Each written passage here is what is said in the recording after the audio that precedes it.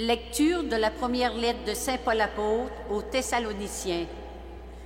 Frères et sœurs, soyez toujours dans la joie, priez sans relâche, rendez grâce en toutes circonstances. C'est ce que Dieu attend de vous dans le Christ Jésus. N'éteignez pas l'esprit, ne repoussez pas les prophètes, mais discernez la valeur de toutes choses. Ce qui est bien, gardez-le. Éloignez-vous de tout ce qui porte la trace du mal. Que le Dieu de la paix lui-même vous sanctifie tout entier et qu'il garde parfait et sans reproche votre esprit, votre âme et votre corps pour la venue de notre Seigneur Jésus-Christ. Il est fidèle, le Dieu qui vous appelle. Tout cela, il l'accomplira. Saint Paul commence son texte par un objectif à atteindre qui nous frappe. Soyez toujours dans la joie.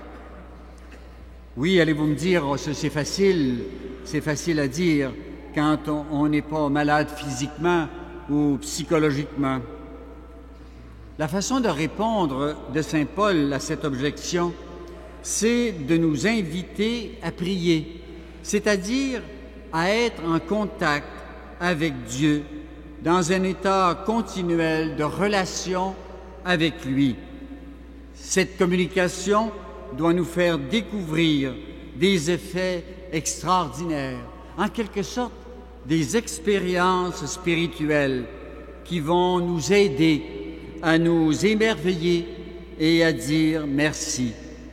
L'auteur termine le premier paragraphe en nous disant que Dieu n'attend pas d'autre chose de nous, c'est-à-dire d'être heureux, bonheur qui nous fait vivre dans la joie.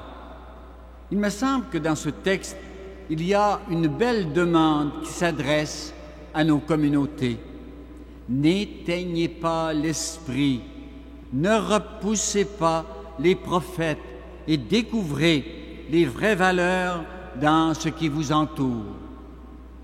Quand je regarde les beautés de cette basilique, quand je découvre les diversités des groupes de pèlerins avec la richesse de leur culture et leur spiritualité, quand je suis en contact avec les beautés de nos villes, de nos paroisses, eh bien, je décèle des valeurs artistiques et spirituelles qui élèvent mon âme et qui me disent « Oui, va jusqu'à écouter les prophètes de ton histoire, les Sainte Anne, les Monseigneur de Laval, les Maries de l'Incarnation, les Catherine de Saint-Augustin, les Mères Teresa, les Jean-Paul II, et peut-être tes propres grands-parents ou parents. Eux aussi t'ont légué un héritage qui te permette de passer de la souffrance à la joie intérieure, passer à travers des épreuves, parfois quotidiennes, qui prennent un sens spirituel. Oui, n'éteignons pas l'esprit qui parle à nos communautés. Cependant, comme communauté et individu, nous devons juger si c'est vraiment l'Esprit de Dieu. C'est par notre esprit, notre corps et notre âme que nous devons nous préparer à la venue, à la rencontre de notre Seigneur ressuscité. Selon la Bible, l'Esprit de Dieu se répartit, s'adapte, s'unit à notre être, quel qu'il soit, blessé ou en santé. Notre esprit est notre ouverture à Dieu. Quand j'admire les artistes, je les vois déjà ouvertes à Dieu. Par contre, je sais que nous découvrons vraiment ce que nous sommes qu'à la mesure de notre expérience propre de Dieu. C'est alors seulement lorsque nous verrons Dieu que nous saurons en vérité ce que nous sommes, même si ici-bas nous vivons dans un corps ou un esprit plus ou moins diminué. Une petite question? Oui, c'est beau, la vie, et nous pouvons chanter, justement, quelles sont mes vraies valeurs? Quelles sont mes vraies valeurs?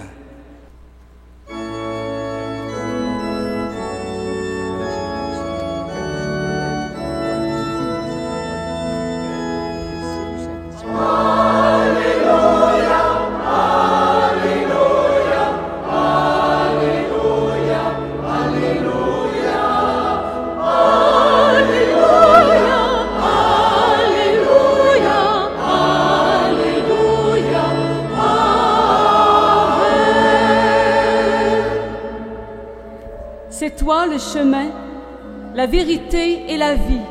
Jésus, Fils de Dieu, qui croit en toi, a reconnu le Père.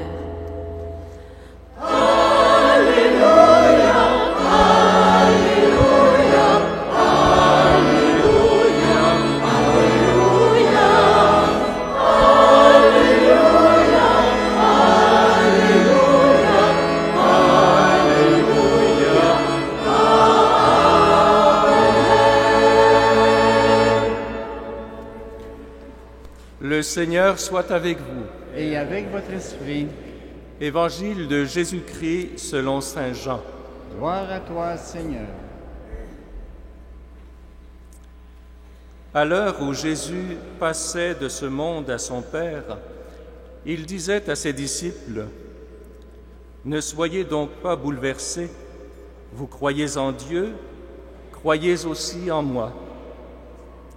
Dans la maison de mon Père, beaucoup peuvent trouver leur demeure. Sinon, est-ce que je vous aurais dit, je pars vous préparer une place? Quand je serai allé vous la préparer, je reviendrai vous prendre avec moi. Et là où je suis, vous y serez aussi. Pour aller où je m'en vais, vous savez le chemin. » Thomas lui dit, « Seigneur, nous ne savons même pas où tu vas, comment pourrions-nous savoir le chemin? » Jésus lui répond, « Moi, je suis le chemin, la vérité et la vie. Personne ne va vers le Père sans passer par moi. Puisque vous me connaissez, vous connaîtrez aussi mon Père.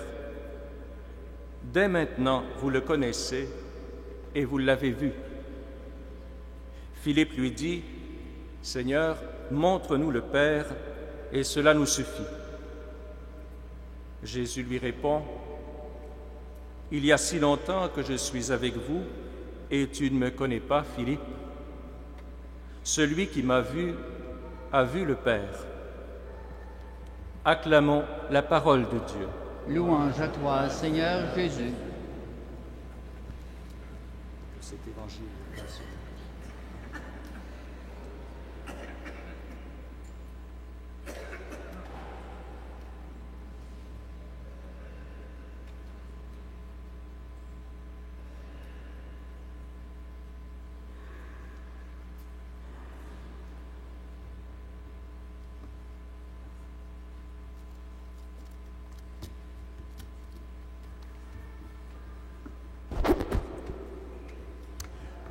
Chers amis, vous savez sans doute que des questions sur la vie, nous en avons beaucoup. Pour nous, pour l'Église catholique, cette vie humaine débute avec la conception et ne se terminera pas puisqu'elle possède en elle la vie spirituelle qui devient éternelle.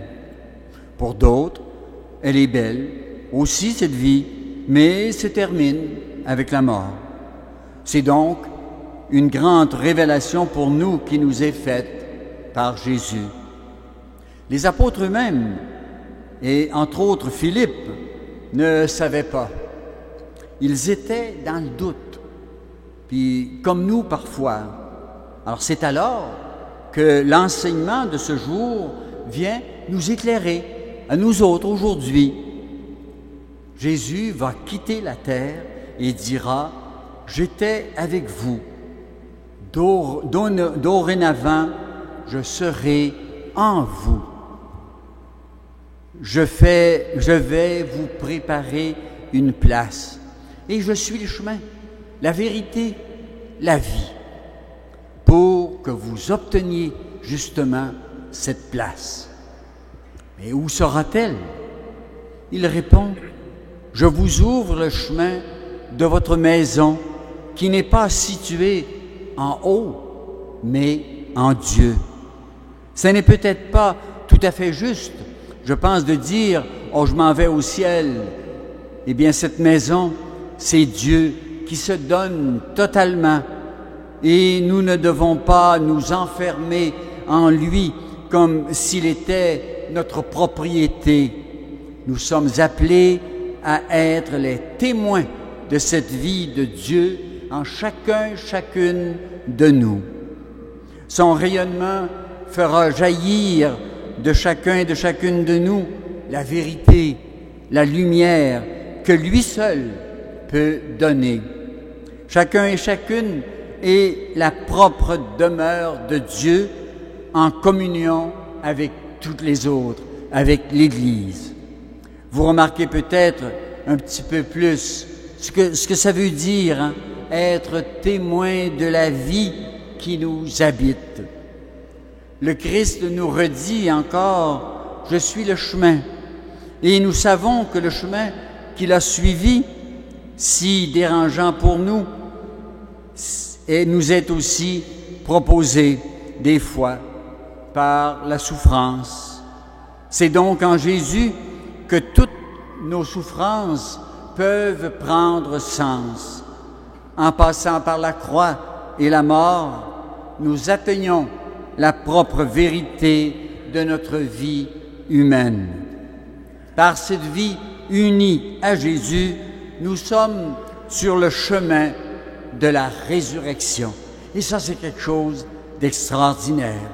Cette vie promise en Dieu, puisque, dit-il, « Je suis dans le Père, et le Père est en moi, et vous en moi. » Comme elle est grande, cette révélation. Le Christ nous fait entrer dans le mystère de Dieu. Ne parlons pas de nous approcher de Dieu comme s'il était loin, ni non plus d'être à côté de lui comme s'il gardait pour lui-même tout son mystère. Nous entrons dans la vie mystérieuse des personnes divines qui partagent tout. Vous voyez que ce n'est pas rien de nous faire dire que nous sommes des fils et des filles de Dieu. Jésus l'avait bien dit hier, vous vous rappelez peut-être, à Zachée, hein? « Aujourd'hui, il faut que j'aille demeurer chez toi. » Et il ajoute, « Aujourd'hui, le salut est arrivé pour cette maison. » Toute communication de Jésus avec son Père et nous ne peut avoir lieu sans le concours de l'Esprit Saint. Alors vous voyez tout de suite ici le grand mystère de la Sainte Trinité, hein? Le Père, le Fils et l'Esprit Saint. Par nos réflexions, par nos méditations, nous nous approchons lentement par petits pas, justement, vers ces mystères. Et c'est pour cela que nous appelons cette vie se rapportant à Dieu, vie spirituelle, vie qui nous est donnée par l'Esprit Saint. Sur ce chemin de la vie spirituelle montré par Jésus, il y a cependant des pas, des petits pas à faire. D'abord, peut-être garder, je dirais, les paroles de Jésus, les méditer, les mettre en pratique et les laisser prendre lentement racine dans notre âme. Ça veut dire être à l'écoute de la parole de Dieu. Deuxièmement, instruit par l'Esprit au sujet de ce que nous devons demander au nom de Jésus, demander en toute confiance les choses qu'il désire lui-même pour nous. Et finalement, faire ou essayer de faire les mêmes choses que lui. achever ce que son Père lui demandait. D'où notre rôle de témoin de la vie spirituelle avec l'aide justement du protecteur qui nous est promis, le Paraclet, le Saint-Esprit, qui lui se chargera justement de nous enseigner. L'Esprit nous permet de comprendre et d'interpréter les paroles de Jésus, ici, justement aujourd'hui, en 2011. Oui, chers amis, célébrons la vie. Oui, cette vie humaine qui est belle, qui est grande. Oui, si riche et si belle, mais surtout cette vie spirituelle en Dieu qui nous donne accès au secret du Père. Et ça, c'est quelque chose de merveilleux. Petite question: comment devenir capable de témoigner de ma vie spirituelle?